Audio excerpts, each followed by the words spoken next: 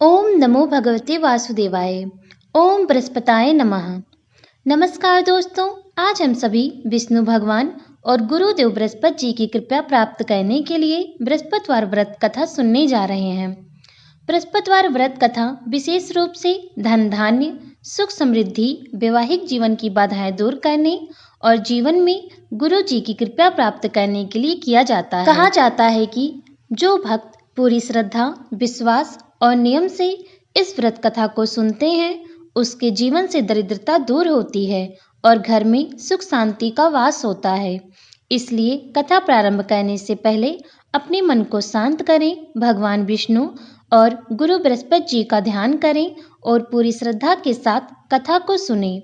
यदि आपने यह व्रत पहली बार रखा है या तो पहले कभी कथा नहीं सुनी है, तो भी पूर्ण विश्वास रखें, भगवान आपकी भक्ति अवश्य स्वीकार करेंगे। कथा प्रारंभ करने से पहले आप सभी से एक छोटा सा निवेदन है। यदि आपको व्रत कथा और भक्ति से जुड़ी वीडियो पसंद है तो कृपया करके हमारे चैनल को सब्सक्राइब करें, वीडियो को लाइक करें और इसे अपने परिवार व मित्रों के साथ शेयर अवश्य करें और कमेंट बॉक्स में जय श्री हरि भी लिखें। अब आगे कथा प्रारंभ करते हैं। प्राचीन समय की बात है, भारत में एक राजा राज्य करता था। वह बड़ा प्रतापी तथा दानी था। वह प्रत्येक दिन मंदिर में जाकर भगवत दर्शन करता था। वह ब्राह्मण और गुरु की सेवा किया करता था। उसके द्वार से कोई भी याचक निराश होकर नहीं लौटता था। वह प्रत्येक गुरुवार को व्रत रखता एवं पूजन किया करता था। हर दिन गरीबों की सहायता करता था, परंतु यह सब बातें उसकी रानी को अच्छी नहीं लगती थी। वह न व्रत करती और न किसी को एक भी रुपए दान देती थी। वह राजा से भी ऐसा करने को मना किया करती थी। एक समय की बात है कि राजा शिकार खेलने वन को चले गए। घर पर रानी और दासी थी। उस समय भगवान बृहस्पति देव साधु का रूप धारण कर राजा के दरवाजे पर भिक्षा मांगने आए। साधु ने रानी से भिक्षा मांगी तो वह कहने लगी, हे साधु महाराज, मैं इस दान और पुण्य से तंग आ गई हूँ। इस कार्य के लिए तो मेरे पति देव ही बहुत हैं। अब आप ऐसी कृपया करें कि सारा धन नष्ट हो जाए तथा मैं आराम से रह सकूं। साधु रूपी बृहस्पति देव ने कहा, हे देवी, तुम बड़ी विचित्र हो। संतान और धन से कोई दुखी नहीं होता, इसको सभी चाहते हैं। पापी भी पुत्र और धन की इच्छा करता है। अगर तुम्हारे पास धन अधिक है तो भूखे मनुष्यों को भोजन कराओ, प्याऊ लगवाओ, ब्राह्मणों को दान दो, धर्मशालाएं बनवाओ, कुआं, तालाब, बावड़ी, बाग बगीचे आदि का निर्माण कराओ तथा निर्धन की कुंवारी कन्याओं का विवाह करवाओ। साथ ही यज्ञ आदि करो। इस प्रकार के कर्मों से आपके कुल का और आपका नाम लोक परलोक में सार्थक होगा, एवं तुम्हें भी स्वर्ग की प्राप्ति होगी। परंतु रानी साधु की इन बातों से खुश नहीं हुई। उसने कहा, हे साधु महाराज, मुझे ऐसा धन नहीं चाहिए जिसको मैं अन्य लोगों को दान देते फिरूं तथा जिसको रखने और संभालने में ही मेरा सारा समय नष्ट हो जाए। साधु ने कहा, हे देवी, यदि तुम्हारी ऐसी ही इच्छा है तो जैसा मैं बताता हूँ तुम वैसे ही करना। बृहस्पतिवार के दिन घर आंगन को गोबर से लीपना, अपने केशों को पीली मिट्टी से धोना, केशों को धोते समय स्नान करना, राजा से कहना वह हजामत करवाएं, भोजन में मांस मदिरा खाना, कपड़े धोबी के यहाँ धुलने को देना। इस प्रकार 7 बृहस्पतिवार करने से तुम्हारा सारा धन नष्ट हो जाएगा। यह कहकर साधु रूपी बृहस्पति देव अंतर ध्यान हो गए। रानी ने साधु के कहने के अनुसार 7 बृहस्पतिवार तक वैसे ही करने का विचार किया।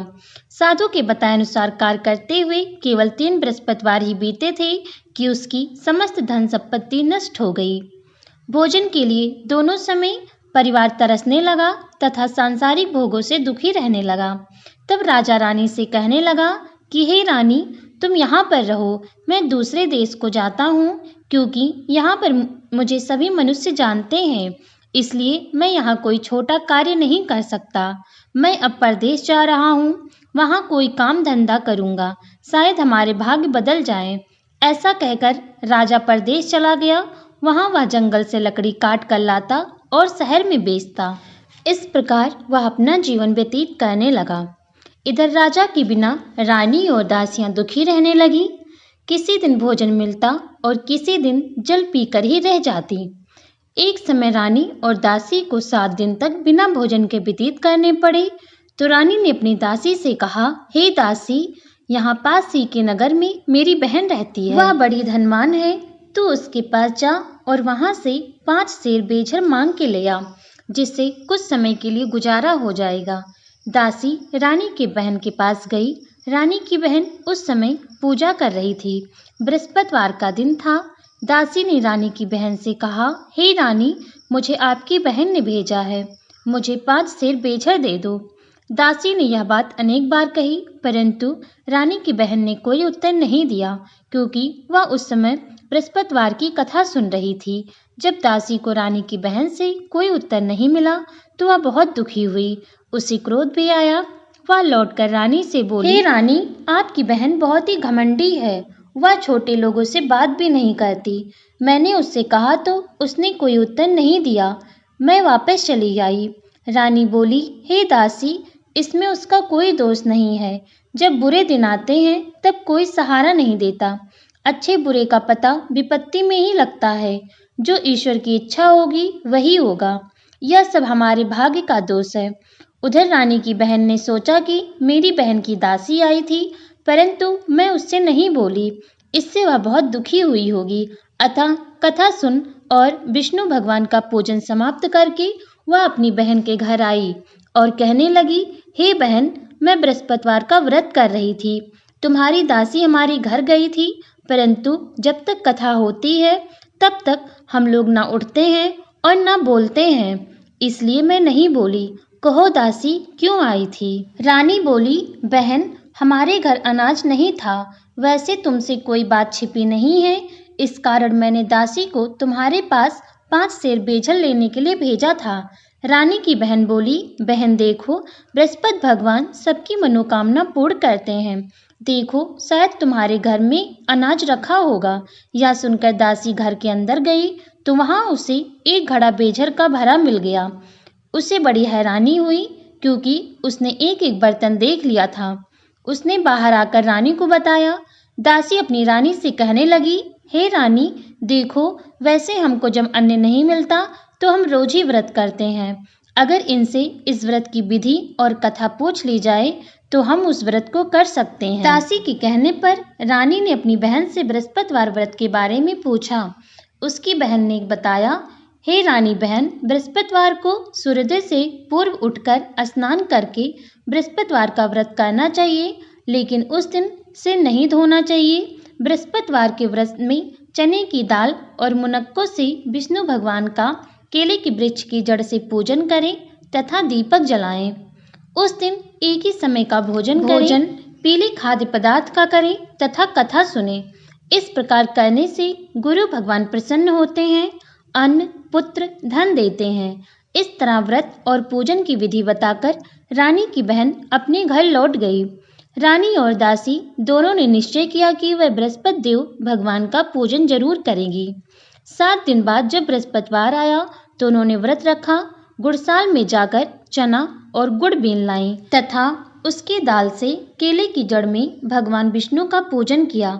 अब भोजन कहाँ से आए? दोनों बड़ी दुखी हुई, परंतु उन्होंने व्रत किया था, इस कारण बृहस्पति देव भगवान प्रसन्न थे। वे एक साधारण व्यक्ति के रूप में 2 थालों में सुंदर पीला भोजन लाकर दासी को देकर बोले, हे दासी, यह भोजन तुम्हारे और रानी के लिए है, तुम दोनों करना। दासी भोजन पाकर बड़ी प्रसन्न हुई और रानी से बोली, रानी जी, भोजन कर लो। रानी को भोजन आने के बारे में कुछ पता नहीं था, इसलिए वह दासी से बोली, जा तू ही भोजन कर, क्योंकि तू हमारी व्यर्थ में हंसी उड़ाती है। दासी बोली, एक व्यक्ति आया था जो भोजन देकर गया है। रानी कहने लगी, वह भोजन तेरे लिए ही दे गया है, तू ही कर ले। दासी ने कहा, वह व्यक्ति हम दोनों के लिए 2 थालों में भोजन दे गया है, इसलिए मैं और आप दोनों ही साथ साथ भोजन करेंगी। फिर दोनों ने गुरु भगवान को नमस्कार कर भोजन प्रारंभ किया। उसके बाद से वह प्रत्येक बृहस्पतिवार को गुरु भगवान का व्रत और पूजन करने लगी। बृहस्पति भगवान की कृपा से उनके पास धन हो गया, परंतु रानी फिर से पहले की तरह आलस्य करने लगी। तब दासी बोली, देखो रानी, तुम पहले भी इस प्रकार आलस्य करती थी, तुम्हें धन रखने में कष्ट होता था, इस कारण सभी धन नष्ट हो गया था। अब गुरु भगवान की कृपा से धन मिला है तो फिर तुम्हें फिर आलस्य क्यों आता है? बड़ी मुसीबतों के बाद हमने यह धन पाया है, इसलिए हमें दान पुण्य करना चाहिए। तुम भूखे मनुष्यों को भोजन कराओ, प्याऊ लगवाओ, ब्राह्मणों को दान दो, कुआं, तालाब, बावड़ी आदि का निर्माण करवाओ, मंदिर, पाठशाला बनवाकर दान दो, कुंवारी कन्याओं का विवाह करवाओ, धन को शुभ कार्यों में खर्च करो, जिससे तुम्हारे कुल का नाम बढ़ेगा तथा स्वर्ग को प्राप्ति होगी और पितृ भी प्रसन्न होंगे। दासी की यह बात मानकर रानी ने इसी प्रकार के कर्म करना प्रारंभ किया, जिससे उनका काफी यश फैलने लगा। एक दिन रानी और दासी आपस में विचार करने लगी कि ना जाने राजा किस दशा में होंगे, उनकी कोई खोज खबर नहीं है। गुरु भगवान से उन्होंने प्रार्थना की और भगवान ने रात्रि में राजा को स्वप्न में कहा, हे राजा उठ, तेरी रानी तुझको याद करती है, अब अपने देश को लौट जा। राजा प्रातःकाल उठकर जंगल से लकड़ियां काटकर लाने के लिए जंगल की ओर चल पड़ा। जंगल से गुजरते हुए वह सोचने लगा, रानी की गलती से कितना दुख भोगना पड़ा। राजपाट छोड़कर उसे जंगल में आकर रहना पड़ा। जंगल से लकड़ियां काटकर उन्हें बेचकर गुजारा करना पड़ा।